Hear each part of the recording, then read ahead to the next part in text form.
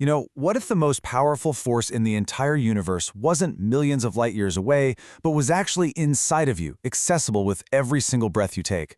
Well, that is the incredible idea behind a century-old book called The Law of the Rhythmic Breath. It basically argues that this simple, automatic thing we do all day is the key to unlocking some kind of immense, vital power. I mean, really think about it for a second. We take something like 20,000 breaths every single day, and most of the time, we don't even notice. But this book, it challenges us to see every single one of those breaths, not just as, a biological function, but as a conscious act, a potential doorway to something way bigger than ourselves. And look, for the author, Ella Adelia Fletcher, this wasn't some casual self-help tip. The stakes were incredibly high. She was convinced that improper breathing and what she called the fear of fresh air were directly responsible for a huge loss of life. So in her mind, this wasn't just about wellness, it was literally a matter of life and death. So, okay, how is this all supposed to work? Well, the entire philosophy really hangs on one single concept, an invisible, all-powerful energy that the author calls prana, an idea she pulls from Hindu philosophy. This is the vital force we're apparently meant to be tapping into. So what is prana? The book defines it as the earthly version of solar energy. Just think of it as the universal life force itself. It's not the air, but the energy that's in the air that gives us life, and, according to Fletcher, even controls the automatic movement of our own lungs. But prana isn't just one single simple force. Nope, it's described as having two totally separate currents. A positive, solar current that flows through your right nostril, and a negative lunar current through the left. The book is very clear that keeping these two in perfect balance is absolutely essential for your health. If you have too much of one, well, it could supposedly lead to total system failure, which it calls spinal death or cardiac death. And it gets even deeper. This cosmic energy, prana, is broken down even further. It's said to show up as 5 fundamental vibrations, or tattvas. These are presented as the absolute essential building blocks of, well, not just our bodies, but of everything in the entire universe.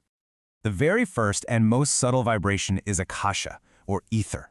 This one is the vibration of sound, and it's linked to our sense of hearing. According to the text, when this tattva gets out of whack, it can show up as negative emotions like shame and fear. Next up, we've got Vayu, or air. This is the vibration of motion, and it's connected to our sense of touch. Its name literally comes from the Sanskrit word for to move, so that pretty much tells you everything you need to know about its energetic nature. Then there's Tejas, the fire element. This tattva is all about sight, heat, and light.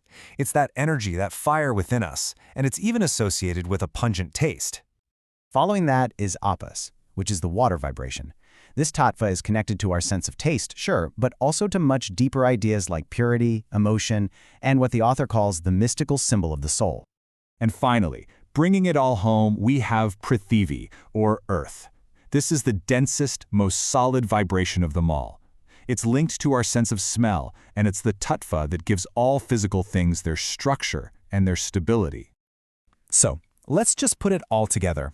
What we've got here is a complete system that maps the building blocks of the universe directly onto our 5 senses. Akasha goes with hearing, Vayu with touch, Tejas with sight, Apas with taste, and Prithvi with smell. It's a whole framework that connects how we perceive the world with the very fabric of reality itself. Now, here's what's so fascinating. Fletcher didn't just keep these ideas in the realm of ancient mysticism. She actually tried to connect them to the brand new, cutting-edge science of her time. For example, she suggested that the recently discovered element radium, with all its intense energy and radioactivity, was really just a modern form of the Tejas, or fire tattva. Okay, so why does any of this actually matter? Because according to this whole philosophy, these cosmic forces aren't just out there somewhere in the universe. They're also right inside of you. The book's biggest claim is that the human body is a microcosm, basically a mini replica of the entire universe. And that means every force, every element, every single vibration that exists out there in the cosmos also exists inside each and every one of us. You are essentially a universe in miniature. To make this cosmic connection feel a little more real, the book points to something we use every day, the week. It explains that each day is ruled by a specific planet. And you can still see the traces of this idea in our language today, right? Saturday for Saturn, Sunday for the sun. And get this, the order isn't random at all. The book explains that the sequence of these planetary rulers actually follows their distance from Earth, at least according to ancient astronomers. It starts with the farthest one they knew, Saturn, and then works its way closer and closer until we get to the Moon. It's suggesting a hidden cosmic order embedded right into our weekly calendar. Okay, so if we are the universe in miniature, and we can influence all these forces just with our breath, then what's the endgame? Well, the answer is pretty simple: mastery. The ultimate goal here is to use all this knowledge to take conscious control of your own reality. By mastering your breath and aligning your mind with these cosmic laws, the book promises a path to not just physical health, but also to real happiness and spiritual growth. And the key to all of it is something it calls right thinking. And the book doesn't just talk theory. It gives you actual homework. For instance, it lays out this concentration exercise designed to direct all that vital energy.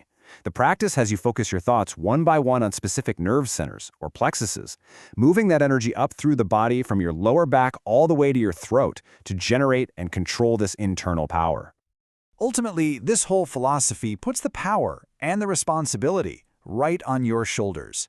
The author argues that humanity creates its own problems through wrong thinking, and so the solution has to come from within us, by changing our thoughts to hopefully change our reality. So what are we supposed to make of the law of the rhythmic breath today? Is it some forgotten spiritual science that holds ancient truths about the cosmos? Or maybe, is it better to see it as a really fascinating, complex map of human consciousness and the sheer power of our own focused intention? Now that's a question worth breathing on.